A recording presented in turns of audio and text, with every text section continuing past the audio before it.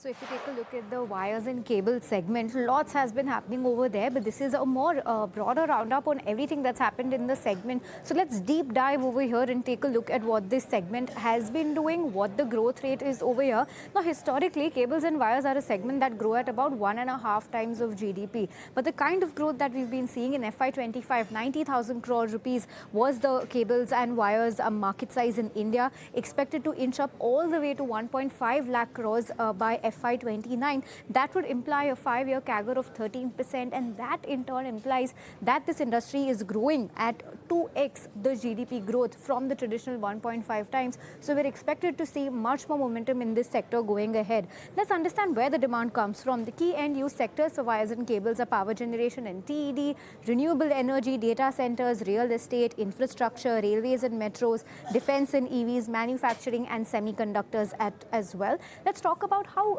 capex intensive this sector is and why cables matter to the bustling economy of the country. Now, typically, a project spend for capex for wires and cables is roughly 3 to 3.5% of the entire overall capex spend of any project, because wires and cables are integral to any development, be it industrial, commercial or residential. Sunrise sectors that include this cabling share is renewables, data centers, as well as BharatNet, where we're expected to see the next round of demand for wires and cables coming from. Four structural themes to talk about when it comes to wires and cables. It's mid-teens growth visibility for the next 5 years. New entrants have arrived, but cable-heavy incumbents are better placed in the system, and we'll tell you why.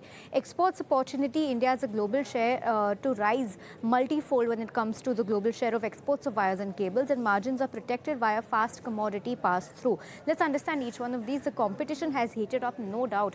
Ultratech Cement, Adani Enterprises, and in fact, the most latest, Crompton Greaves, has announced a foray into the wires and cables segment. But this impact is expected to be limited. Why so? Because there are long approval cycles for the capex plants and manufacturing facilities for wires and cables, roughly around 3 years. Customized products will take time to make, and the existing players already have sticky relationships with some of their top clients, and new capacity is expected to be less than 5% of the industry. So not major impact expected, unlike something that we had seen in the paint sector.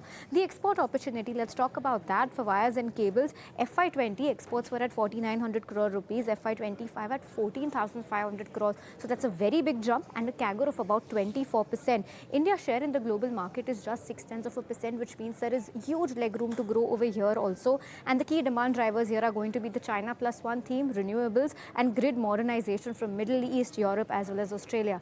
Lastly, we were talking about commodities. Let's understand what copper has to do over here. It's largely expected to be a non-issue because copper and aluminium price revision in that cycle happens every 15 days, and it is very quickly passed through to the end user, which means margins are largely insulated, and best placed segment within consumer durables is what wires and cables is. So that's a deep dive on the entire wires and cable segment.